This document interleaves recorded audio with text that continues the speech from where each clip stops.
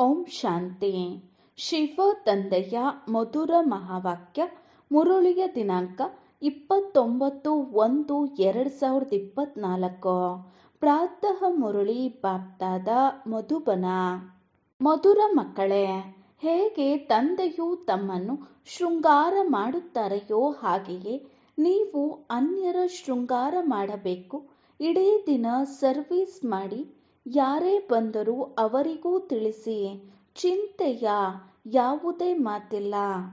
ಮಧುರ ಮಕ್ಕಳೇ, ಹೇಗೆ ತಂದೆಯು ತಮ್ಮನ್ನು ಶೃಂಗಾರ ಮಾಡುತ್ತಾರೆಯೋ ಹಾಗೆಯೇ ನೀವು ಅನ್ಯರ ಶೃಂಗಾರ ಮಾಡಬೇಕು. ಇಡೀ ದಿನ ಸರ್ವಿಸ್ ಮಾಡಿ, ಯಾರೇ ಬಂದರೂ ಅವರಿಗೂ ತಿಳಿಸಿ. ಚಿಂತೆಯ ಯಾವುದೇ ಮಾತಿಲ್ಲ. ಪ್ರಶ್ನೆ: ಈ ಜ್ಞಾನವನ್ನು ಕೋಟಿಯಲ್ಲಿ ಕೆಲವರೇ ತಿಳಿಯುತ್ತಾರೆ ಹಾಗೂ ಧಾರಣೆ ಮಾಡಿಕೊಳ್ಳುತ್ತಾರೆ. ಈ ರೀತಿ ಏಕೆ? ಈ ಜ್ಞಾನವನ್ನು ಕೋಟಿಯಲ್ಲಿ ಕೆಲವರೇ ತಿಳಿಯುತ್ತಾರೆ ಹಾಗೂ ಧಾರಣೆ ಮಾಡಿಕೊಳ್ಳುತ್ತಾರೆ. ಈ ರೀತಿ ಏಕೆ? ಉತ್ತರ: ಏಕೆಂದರೆ ತಾವೆಲ್ಲರೂ ಹೊಸ ಮಾತುಗಳನ್ನು ಹೇಳುತ್ತೀರಿ. ಪರಮಾತ್ಮನು ಬಿಂದು ರೂಪವಾಗಿದ್ದಾರೆ ಎಂದು ತಾವು ಹೇಳುತ್ತೀರಿ. ಕೇಳಿ ತಬ್ಬಿಬ್ಬಾಗುತ್ತಾರೆ. ಶಾಸ್ತ್ರಗಳಲ್ಲಿ ಈ ಎಲ್ಲ ಮಾತುಗಳನ್ನು ಕೇಳಿಯೇ ಇಲ್ಲ. ಇಷ್ಟು ಸಮಯ ಯಾವ ಭಕ್ತಿಯನ್ನು ಮಾಡಿದ್ದಾರೆಯೋ ಅದು ಸೆಳೆಯುತ್ತದೆ. ಆದ್ದರಿಂದ ಬೇಗ ಅರ್ಥ ಮಾಡಿಕೊಳ್ಳುವುದಿಲ್ಲ. ಕೆಲವರಂತೂ ಅಂತಹ ಪತಂಗಗಳು ಸಹ ಬರುತ್ತಾರೆ. ಅವರು ಹೇಳುತ್ತಾರೆ, ಬಾಬಾ, ನಾವಂತೂ ವಿಶ್ವದ ಮಾಲೀಕರಾಗುತ್ತೇವೆ. ಇಂತಹ ತಂದೆಯು ಸಿಕ್ಕಿದ್ದಾರೆ, ನಾವು ಬಿಡಲು ಹೇಗೆ ಸಾಧ್ಯ? ಎಲ್ಲವನ್ನೂ ಅರ್ಪಣೆ ಮಾಡಿ ಉತ್ಸಾಹ ಬರುತ್ತದೆ. ಗೀತೆ: ದೂರ ದೇಶದಲ್ಲಿರುವಂತಹವರು ಪರದೇಶದಲ್ಲಿ ಬಂದಿದ್ದಾರೆ. ಓಂ ಶಾಂತಿ.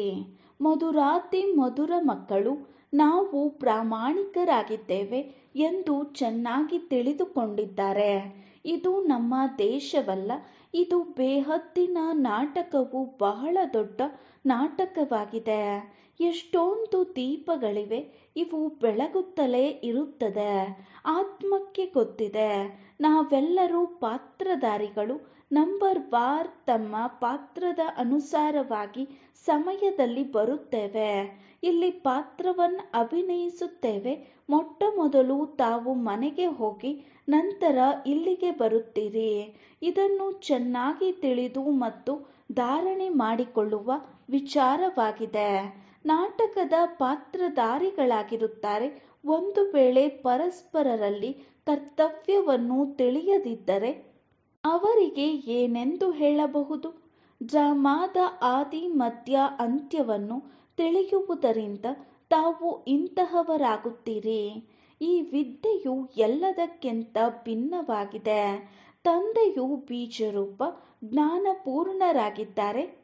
ಹೇಗೆ ಆ ಸಾಧಾರಣ ಬೀಜ ಹಾಗೂ ವೃಕ್ಷವಿರುತ್ತದೆ, ಅದನ್ನಂತೂ ತಿಳಿದುಕೊಂಡಿದ್ದೀರಲ್ಲವೇ? ಮೊಟ್ಟ ಮೊದಲು ಚಿಕ್ಕ ಚಿಕ್ಕ ಎಲೆಗಳು ಬರುತ್ತವೆ. ನಂತರ ದೊಡ್ಡದಾಗುತ್ತಾ ಆಗುತ್ತಾ ಎಷ್ಟೊಂದು ವೃದ್ಧಿಯಾಗುತ್ತದೆ. ಎಷ್ಟೊಂದು ಸಮಯ ಹಿಡಿಸುತ್ತದೆ. ನಿಮ್ಮ ಬುದ್ಧಿಯಲ್ಲಿ ಈ ಜ್ಞಾನವಿದೆ. ತಂದೆಯಂತೂ ಒಮ್ಮೆ ಮಾತ್ರವೇ ಬರುತ್ತಾರೆ. ಮಧುರಾತಿ ಮಧುರ ಮಕ್ಕಳೇ, ಇದು ಅನಾದಿ ಅವಿನಾಶಿ ಡ್ರಾಮಾ ಆಗಿದೆ. ತಂದೆಯು ಸ್ವರ್ಗದ ರಚಯಿತನಾಗಿದ್ದಾರೆ. ಸ್ವರ್ಗದ ಸ್ಥಾಪನೆಯನ್ನು ಮಾಡಲು ತಂದೆಯು ಬರುತ್ತಾರೆ. ಗಾಯನವೂ ಸಹ ಇದೆ. ದೂರ ದೇಶದಲ್ಲಿ ಇರುವವರು, ಈ ರಾಜ್ಯವು ಪರರಾಜ್ಯವಾಗಿದೆ. ರಾವಣ ರಾಜ್ಯದಲ್ಲಿ ರಾಮ ಬರಬೇಕಾಗುತ್ತದೆ. ನಿಮ್ಮ ಬುದ್ಧಿಯಲ್ಲಿಯೇ ಜ್ಞಾನವಿದೆ. ತಂದೆಯು ತಿಳಿಸುತ್ತಾರೆ, ನೀವೆಲ್ಲರೂ ಪ್ರಾಮಾಣಿಕರಾಗಿದ್ದೀರಿ. ಪಾತ್ರವನ್ನು ಅಭಿನಯಿಸಲು ಒಟ್ಟಿಗೆ ಬರುವುದಿಲ್ಲ. ಮೊದಲು ದೇವತೆಗಳಿರುತ್ತಾರೆ. ಆ ಸಮಯದಲ್ಲಿ ಬೇರೆ ಯಾರೂ ಇರುವುದಿಲ್ಲ ಎಂಬುದು ನಿಮಗೆ ಗೊತ್ತಿದೆ. ಮೊದಲು ಕಡಿಮೆ ಇರುತ್ತಾರೆ, ನಂತರ ವೃದ್ಧಿಯಾಗುತ್ತದೆ. ತಾವಾತ್ಮರು ಶರೀರವನ್ನು ಬಿಟ್ಟು ಎಲ್ಲರೂ ಅಲ್ಲಿಗೆ ಬರುತ್ತೀರಿ. ಈ ತಿಳುವಳಿಕೆಯನ್ನು ತಂದೆಯೇ ಕೊಡುತ್ತಾರೆ. ತಾವಾತ್ಮಗಳಿಗೆ ಈಗ ಜ್ಞಾನವು ಸಿಕ್ಕಿದೆ. ನಾವು ಬೀಜ ಹಾಗೂ ವೃಕ್ಷದ ಆದಿ ಮಧ್ಯ ಅಂತ್ಯವನ್ನು ತಿಳಿದುಕೊಂಡಿದ್ದೇವೆ. ಬೀಜವು ಮೇಲಿದೆ, ಕೆಳಗಡೆ ವೃಕ್ಷವು ಹರಡಿದೆ. ಈಗ ವೃಕ್ಷವು ಪೂರ್ಣ ಟೊಳ್ಳಾಗಿದೆ. ತಾವು ಮಕ್ಕಳು ಈ ವೃಕ್ಷದ ಆದಿ ಮಧ್ಯ ಅಂತ್ಯವನ್ನು ತಿಳಿದುಕೊಂಡಿದ್ದೀರಿ. ಮೊದಲು ಋಷಿ ಮುನಿಗಳನ್ನು ರಚನೆಯ ಹಾಗೂ ರಚಯಿತನ ಆದಿ ಮಧ್ಯ ಅಂತ್ಯವನ್ನು ತಿಳಿದುಕೊಂಡಿದ್ದೀರಾ ಎಂದರೆ ಗೊತ್ತಿಲ್ಲವೆಂದು ಹೇಳುತ್ತಿದ್ದರು. ಯಾವಾಗ ಅವರಿಗೆ ಗೊತ್ತಿಲ್ಲವೆಂದ ಮೇಲೆ ಪರಂಪರೆಯಿಂದ ಇರಲು ಹೇಗೆ ಸಾಧ್ಯ? ಈ ಎಲ್ಲ ಮಾತುಗಳನ್ನು ಚೆನ್ನಾಗಿ ಧಾರಣೆ ಮಾಡಿಕೊಳ್ಳಬೇಕು. ವಿದ್ಯೆಯನ್ನಂತೂ ಓದಲೇಬೇಕು. ವಿದ್ಯೆ ಹಾಗೂ ಯೋಗ ಬಲದಿಂದಲೇ ತಾವು ಪದವಿಯನ್ನು ಪಡೆಯುತ್ತೀರಿ. ಪವಿತ್ರರು ಆಗಲೇಬೇಕಾಗಿದೆ.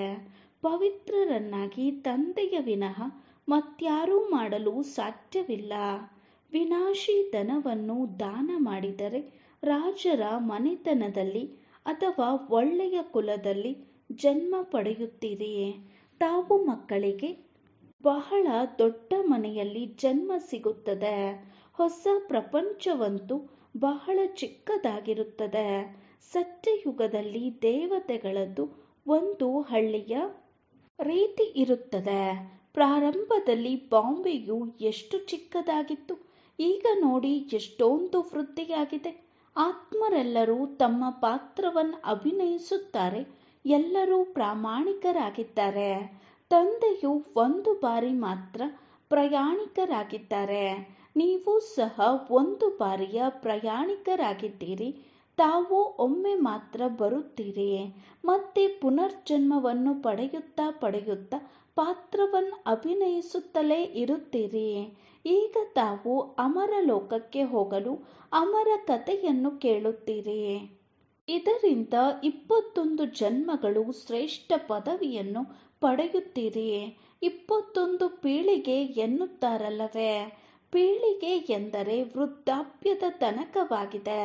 ಇನ್ನೊಂದು ಶರೀರವು ತಾನಾಗಿಯೇ ಸಿಗುತ್ತದೆ. ಅಕಾಲ ಮೃತ್ಯುವಿರುವುದಿಲ್ಲ. ಅದು ಅಮರ ಲೋಕವಾಗಿದೆ. ಮೃತ್ಯುವಿನ ಹೆಸರಿಲ್ಲ. ಇದ್ದಕ್ಕಿದ್ದಂತೆ ಮೃತ್ಯುವಾಗುವುದಿಲ್ಲ. ತಾವು ಒಂದು ಶರೀರವನ್ನು ಬಿಟ್ಟು ಇನ್ನೊಂದನ್ನು ಪಡೆಯುತ್ತೀರಿ. ದುಃಖದ ಯಾವುದೇ ಮಾತಿಲ್ಲ. ಹಾವಿಗೆ ದುಃಖವಾಗುತ್ತದೆಯೇನೋ, ಇನ್ನಷ್ಟು ಖುಷಿಯಾಗುತ್ತದೆ. ಈಗ ತಮಗೆ ಆತ್ಮದ ಜ್ಞಾನವು ಸಿಕ್ಕಿದೆ. ಆತ್ಮವೇ ಎಲ್ಲವನ್ನು ಮಾಡುತ್ತದೆ. ಆತ್ಮದಲ್ಲಿಯೇ ಬುದ್ಧಿಯೂ ಇದೆ. ಶರೀರವಂತೂ ಸಂಪೂರ್ಣ ಬೇರೆಯಾಗಿದೆ. ಅದರಲ್ಲಿ ಆತ್ಮವು ಇರದಿದ್ದರೆ ಶರೀರವು ನೋಡೆಯಲು ಸಾಧ್ಯ ಇಲ್ಲ. ಶರೀರವು ಹೇಗಾಗುತ್ತದೆ, ಆತ್ಮವು ಹೇಗೆ ಪ್ರವೇಶ ಮಾಡುತ್ತದೆ? ಪ್ರತಿಯೊಂದು ವಸ್ತುವು ಅದ್ಭುತವಾಗಿದೆ. ತಂದೆಯು ತಿಳಿಸುತ್ತಾರೆ, ಮಧುರಾತಿ ಮಧುರ ಮಕ್ಕಳೇ, ತಮ್ಮ ಸ್ವರ್ಗವು ಅದ್ಭುತ ಪ್ರಪಂಚವಾಗಿದೆ. ರಾವಣ ರಾಜ್ಯದಲ್ಲಿ 7 ಅದ್ಭುತಗಳನ್ನು ತೋರಿಸುತ್ತಾರೆ. ರಾಮ ರಾಜ್ಯದಲ್ಲಿ ತಂದೆಯ ಒಂದೇ ಜಗತ್ತು ಸ್ವರ್ಗವಾಗಿದೆ. ಅದು ಅರ್ಧಕಲ್ಪ ಕಾಯಂ ಆಗಿರುತ್ತದೆ. ಮನುಷ್ಯರಂತೂ ನೋಡಿಯೇ ಇಲ್ಲ. ಆದರೂ ಎಲ್ಲರ ಮುಖದಿಂದ ಸ್ವರ್ಗ ಎಂಬ ಹೆಸರು ಬರುತ್ತದೆ. ಈಗ ತಾವು ಬುದ್ಧಿಯಿಂದ ತಿಳಿದುಕೊಂಡಿದ್ದೀರಿ. ಕೆಲವರು ಸಾಕ್ಷಾತ್ಕಾರವನ್ನು ಮಾಡಿದ್ದಾರೆ. ತಂದೆಯೂ ಸಹ ವಿನಾಶ ಹಾಗೂ ತಮ್ಮ ರಾಜಧಾನಿಯನ್ನು ನೋಡಿದ್ದಾರೆ.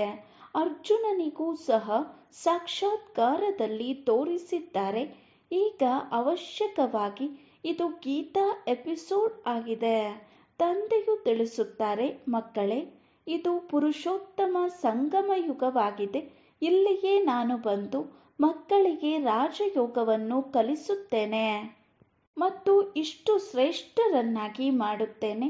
ಜಗತ್ತಿನ ಮನುಷ್ಯರು ಈ ಮಾತುಗಳನ್ನು ತಿಳಿದುಕೊಂಡೇ ಇಲ್ಲ. ತಾವು ಬಹಳ ಆನಂದದಲ್ಲಿರುತ್ತೀರಿ. ಇಲ್ಲಿ ಮನುಷ್ಯರು ಶರೀರ ಬಿಟ್ಟರೆ ದೀಪ ಹಚ್ಚುತ್ತಾರೆ, ಏಕೆಂದರೆ ಆತ್ಮವು ಅಂಧಕಾರದಲ್ಲಿ ಹೋಗಬಾರದು ಎಂದು. ಸತ್ಯಯುಗದಲ್ಲಿ ಈ ಮಾತುಗಳು ಇರುವುದಿಲ್ಲ. ಅಲ್ಲಿ ಎಲ್ಲರ ಆತ್ಮರ ದೀಪವು ಬೆಳಗಿರುತ್ತದೆ. ಮನೆ ಮನೆಯಲ್ಲಿ ಬೆಳಗಿರುತ್ತದೆ. ಇಲ್ಲಿ ಮನುಷ್ಯರು ಮನೆ ಮನೆಯಲ್ಲಿಯೋ ದೀಪವನ್ನು ಹಚ್ಚುತ್ತಾರೆ. ತಂದೆಯು ಹೇಳುತ್ತಾರೆ, ಈ ಎಲ್ಲ ಮಾತುಗಳನ್ನು ಚೆನ್ನಾಗಿ ಬುದ್ಧಿಯಲ್ಲಿ ಧಾರಣೆ ಮಾಡಿಕೊಳ್ಳಬೇಕು. ತಂದೆ ಹಾಗೂ ರಾಜಧಾನಿಯನ್ನು ನೆನಪು ಮಾಡುತ್ತಾ ಇರಿ. ಇಷ್ಟು ಸಮಯ ನಾವು ರಾಜ್ಯಭಾರ ಮಾಡಿದೆವು ಎಂಬುದು ನಿಮಗೆ ಗೊತ್ತಿದೆ. ಯಾರು ಬಹಳ ಸಮಯ ಅಗಲಿದ್ದರೋ ಅವರ ಜೊತೆಯಲ್ಲಿಯೇ ತಂದೆಯು ಮಾತನಾಡುತ್ತಾರೆ, ಓದಿಸುತ್ತಾರೆ. ಮಕ್ಕಳಿಗೆ ಗೊತ್ತಿದೆ. ಈ ಸಮಯದ ಮಾತುಗಳನ್ನೇ ಹಬ್ಬವಾಗಿ ಆಚರಿಸುತ್ತಾರೆ. ಶಿವ ಜಯಂತಿಯನ್ನು ಭಾರತದಲ್ಲಿಯೇ ಆಚರಿಸುತ್ತಾರೆ. ಶಿವ ಸರ್ವಶ್ರೇಷ್ಠ ಭಗವಂತನಾಗಿದ್ದಾರೆ. ಅವರು ಭಾರತದಲ್ಲಿ ಹೇಗೆ ಬರುತ್ತಾರೆ? ಅವರು ಸ್ವಯಂ ಹೇಳುತ್ತಾರೆ, ನಾನು ಪ್ರಕೃತಿಯ ಆಧಾರವನ್ನು ತೆಗೆದುಕೊಂಡು ಬರಬೇಕಾಗುತ್ತದೆ. ಆದ್ದರಿಂದ ಕರೆಯುತ್ತಾರೆ. ಇಲ್ಲವಾದರೆ ಮಕ್ಕಳಿಗೆ ನಾನು ಶೃಂಗಾರ ಮಾಡಬೇಕು. ಈಗ ತಮ್ಮ ಶೃಂಗಾರವಾಗುತ್ತಿದೆ. ಮನುಷ್ಯರಿಂದ ದೇವತೆಗಳನ್ನಾಗಿ ಮಾಡುವ ಶೃಂಗಾರವನ್ನು ನೀವು ಅನ್ಯರಿಗೂ ಮಾಡುತ್ತಿದ್ದೀರಿ. ಇದು ಬಹಳ ಸಹಜವಾಗಿದೆ. ಆಗಲೇ ಮನುಷ್ಯರ ಬುದ್ಧಿಯು ಆ ರೀತಿಯಾಗಿದೆ. ಏನನ್ನು ಅರ್ಥ ಮಾಡಿಕೊಳ್ಳುವುದಿಲ್ಲ. ಸಮಯ ತೆಗೆದುಕೊಳ್ಳುತ್ತಾರೆ. ತಾವು ಪ್ರದರ್ಶನಿಯಲ್ಲಿ ಎಲ್ಲ ಮಾತುಗಳನ್ನು ತಿಳಿಸುತ್ತೀರಿ. ಯಾರು ಬಂದರು, ಹೇಗೆ ತಿಳಿಸಿದರು, ಅದೆಲ್ಲವೂ ಡ್ರಾಮಾ. ಚಿಂತೆಯ ಯಾವುದೇ ಮಾತಿಲ್ಲ. ಮಕ್ಕಳು ಹೇಳುತ್ತಾರೆ, ಬಾಬಾ ಎಷ್ಟು ತಿಳಿಸಿದರೋ ಅಷ್ಟು ಕಷ್ಟಪಟ್ಟರೂ ಕೋಟಿಯಲ್ಲಿ ಕೆಲವರು ಮಾತ್ರವೇ ಬರುತ್ತಾರೆ. ಅದಂತೂ ಆಗುತ್ತಿರುತ್ತದೆ. ಅಂದಾಗ ಪರಮಾತ್ಮ ಬಿಂದುವಾಗಿದ್ದಾರೆ ಎಂದು ಹೇಳುತ್ತೀರಿ. ಶಾಸ್ತ್ರಗಳಲ್ಲಿ ಅಂತಹ ಮಾತುಗಳಿಲ್ಲ. ಆದ್ದರಿಂದ ತಪ್ಪಿಬ್ಬಾಗುತ್ತಾರೆ. ನೀವು ಸಹ ಮೊದಲು ಒಪ್ಪುತ್ತಿರಲಿಲ್ಲ. ಕೆಲವರಿಗಂತೂ ಅರ್ಥ ಮಾಡಿಕೊಳ್ಳುವುದರಲ್ಲಿ ಎಷ್ಟು ವರ್ಷಗಳಾಯಿತೋ ಹೊರಟು ಹೋಗುತ್ತಾರೆ, ಮತ್ತೆ ಬರುತ್ತಾರೆ. ಇಷ್ಟು ಸಹಜವಾಗಿ ಭಕ್ತಿಯು ಬಿಡುವುದಿಲ್ಲ. ಅದು ತನ್ನ ಕಡೆಗೆ ಆಕರ್ಷಿಸುತ್ತದೆ. ಇದು ಸಹ ಡ್ರಾಮಾದಲ್ಲಿದೆ. ತಾವು ಬ್ರಾಹ್ಮಣರ ವಿನಃ ಮತ್ಯಾರಿಗೂ ಗೊತ್ತಿಲ್ಲ. ವಿರಾಟ ರೂಪದ ಅರ್ಥವನ್ನು ತಿಳಿದುಕೊಂಡಿದ್ದೀರಿ. ಇದು ಸಹ ಆಟವಾಗಿದೆ. ತಾವು ಸುತ್ತುತ್ತೀರಿ. ಆದ್ದರಿಂದ ಇದಕ್ಕೆ ವಿರಾಟ ನಾಟಕವೆಂದು ಹೇಳಲಾಗುತ್ತದೆ. ಇದರ ಜ್ಞಾನವೂ ಸಹ ತಮಗಿದೆ. ಆ ಕಾಲೇಜುಗಳಲ್ಲಿ ಏನೇನು ಓದುತ್ತಿರುತ್ತಾರೆ. ಇಲ್ಲಿ ಅಂತಹ ಯಾವುದೇ ಮಾತಿಲ್ಲ. ವಿಜ್ಞಾನವು ವೃದ್ಧಿಯಾಗುತ್ತಾ ಇರುತ್ತದೆ. ಆದ್ದರಿಂದ ವಿನಾಶವಾಗಬೇಕು. ಈಗ ಬಲೆ ತಾವು ತಿಳಿಸುತ್ತೀರಿ. ಆದರೆ ಇದು ಬಹಳ ಚೆನ್ನಾಗಿರುವ ವಿಚಾರವಾಗಿದೆ ಎಂದು ಹೇಳುವವರು ಕೆಲವರು ಮಾತ್ರವೇ ಸಿಗುತ್ತಾರೆ. ಇದಂತೂ ಪ್ರತಿನಿತ್ಯ ತಿಳಿಸಬೇಕು. ಎಷ್ಟೇ ಕೆಲಸವಿರಲಿ. ಆದರೆ ತಾವು ತಂದೆಯಿಂದ ಅವಶ್ಯಕವಾಗಿ ಆಸ್ತಿಯನ್ನು ಪಡೆಯಲೇಬೇಕೆಂದು ಹೇಳುತ್ತಾರೆ. ಇದಂತೂ ಅಪಾರವಾದ ಎಣಿಸಲಾಗದ ಸಂಪಾದನೆಯಾಗಿದೆ. ತಂದೆಯು ತಿಳಿಸುತ್ತಾರೆ, ಮಕ್ಕಳೇ, ನನ್ನ ಬುದ್ಧಿಯಲ್ಲಿ ಪೂರ್ಣ ವೃಕ್ಷದ ಜ್ಞಾನವಿದೆ. ಅದನ್ನೇ ನಾವೀಗ ತಿಳಿದುಕೊಳ್ಳುತ್ತಿದ್ದೀವಿ. ತಂದೆಯು ಏನನ್ನು ತಿಳಿಸುತ್ತಾರೆಯೋ ಅದು ಬಹಳ ಸ್ಪಷ್ಟವಾಗಿದೆ. ಒಂದು ಸೆಕೆಂಡ್ ಸಹ ಇನ್ನೊಂದು ಸೆಕೆಂಡಿನಂತೆ ಇರುವುದಿಲ್ಲ ಅಂದಾಗ ಎಷ್ಟೊಂದು ಸೂಕ್ಷ್ಮವಾಗಿದೆ. ಈ ಡ್ರಾಮಾವು ಹೇನಿನಂತೆ ನಡೆಯುತ್ತದೆ. ಒಂದು ಚಕ್ರಕ್ಕೆ 5000 ವರ್ಷಗಳು ಹಿಡಿಯುತ್ತದೆ. ಅದರಲ್ಲಿ ಪೂರ್ಣ ಆಟವು ನಡೆಯುತ್ತದೆ.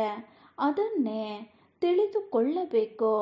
ಅಲ್ಲಿ ಹಸುಗಳು ಸಹ ಬಹಳ ಚೆನ್ನಾಗಿರುತ್ತದೆ. ಹೇಗೆ ನಿಮ್ಮ ಪದವಿಯೂ ಹಾಗೆಯೇ ನಿಮ್ಮ ಪೀಠೋಪಕರಣಗಳು ಹಾಗೂ ನಿಮ್ಮ ಮನೆಯಿರುತ್ತದೆ. ಅದು ಆಕರ್ಷಣೆಯಿಂದ ಕೂಡಿರುತ್ತದೆ. ಖುಷಿಯೂ ಸಹ ಆತ್ಮಕ್ಕೆ ಆಗುತ್ತದೆ. ಆತ್ಮತೃಪ್ತಿ ಎನ್ನಲಾಗುತ್ತದೆ. ಪರಮಾತ್ಮ ತೃಪ್ತಿ ಎನ್ನಲಾಗುವುದಿಲ್ಲ. ನಿಮ್ಮ ಆತ್ಮವು ತೃಪ್ತಿಯಾಯಿತೆ ಎಂದು ಕೇಳುತ್ತಾರೆ. ಹೌದು ಬಾಬಾ, ತೃಪ್ತಿಯಾಯಿತು. ಅಂದ ಮೇಲೆ ಈ ಎಲ್ಲ ಆಟವು ನಡೆಯುತ್ತಾ ಬಂದಿದೆ. ತಂದೆಯು ಏನನ್ನು ತಿಳಿಸುತ್ತಾರೆಯೋ ಇದು ಸಹ ಡ್ರಾಮಾದ ಆಟವಾಗಿದೆ. ಈಗ ನಿಮ್ಮಲ್ಲಿ ಹೊಸ ಶಕ್ತಿಯನ್ನು ತುಂಬುತ್ತಾರೆ. ತಮ್ಮ ಶರೀರವು ಕಲ್ಪವೃಕ್ಷದ ಸಮಾನವಾಗುತ್ತದೆ. ಹೆಸರೇ ಅಮರಲೋಕವಾಗಿದೆ.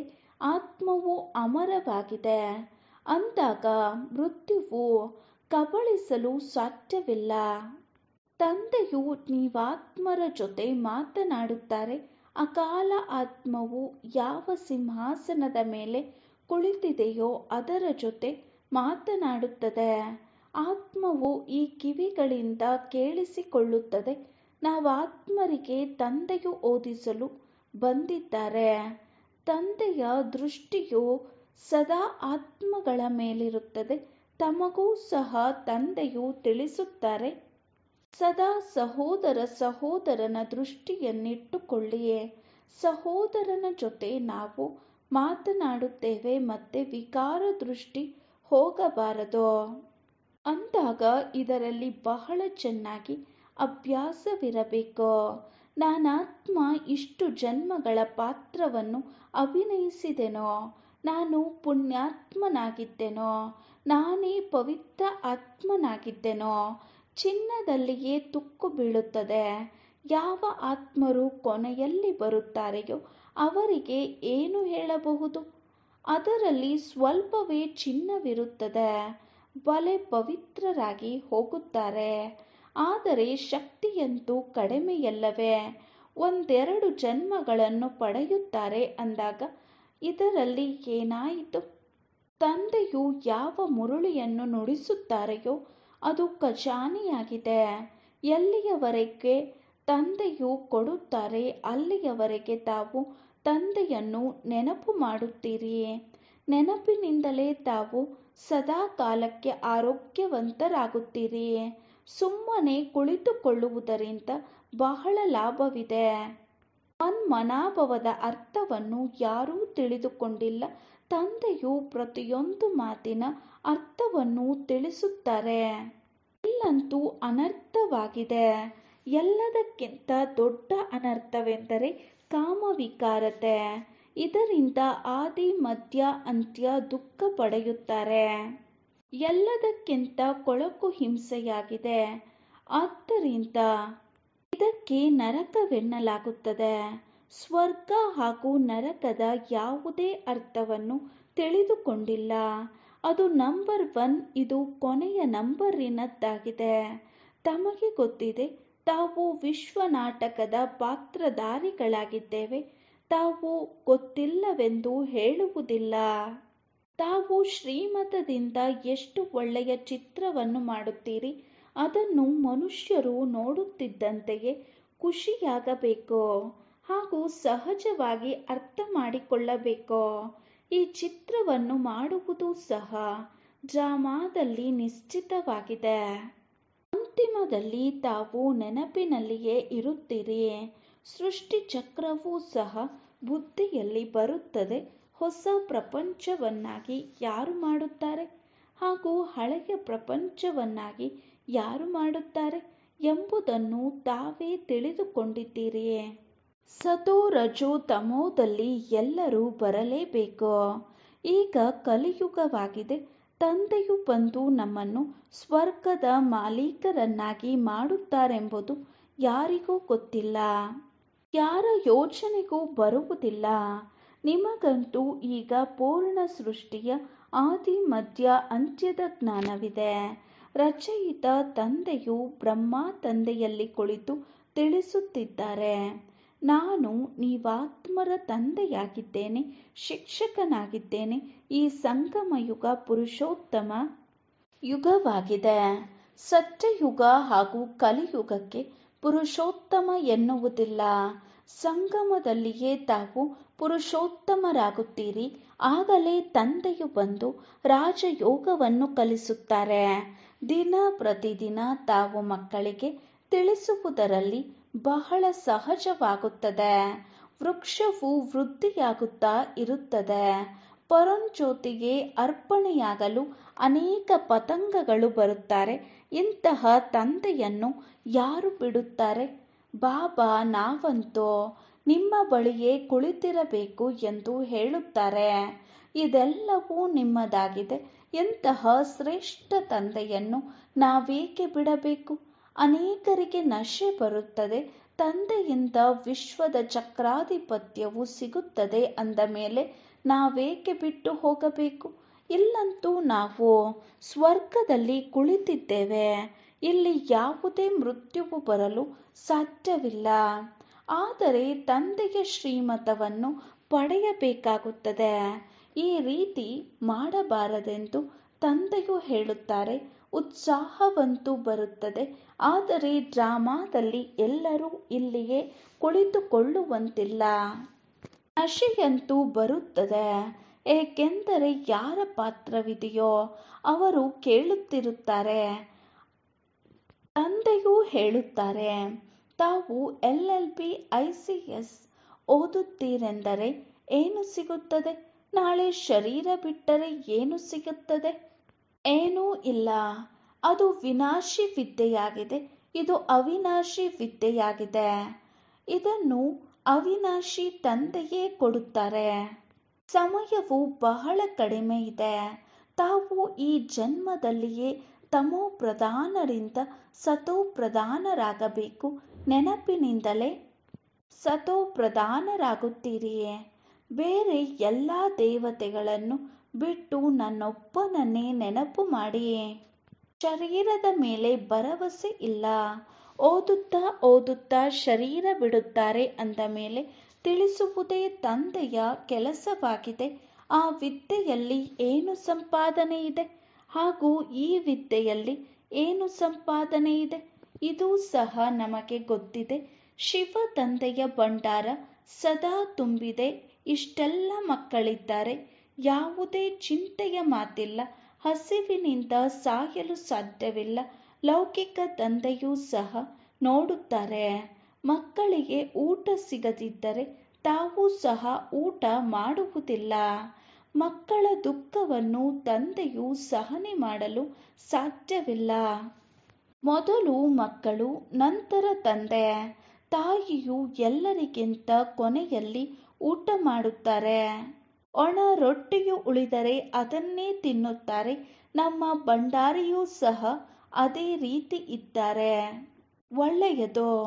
ಮಧುರಾತಿ ಮಧುರ ಅಗಲಿ ಹೋಗಿ ಮರಳಿ ಸಿಕ್ಕಿರುವಂತ ಮಕ್ಕಳಿಗೆ ಪ್ರೀತಿಯ ಮಾತಾಪಿತಾ ಬಾಪ್ದಾದರವರ ನೆನಪು, ಪ್ರೀತಿ ಹಾಗೂ ಸುಪ್ರಭಾತ.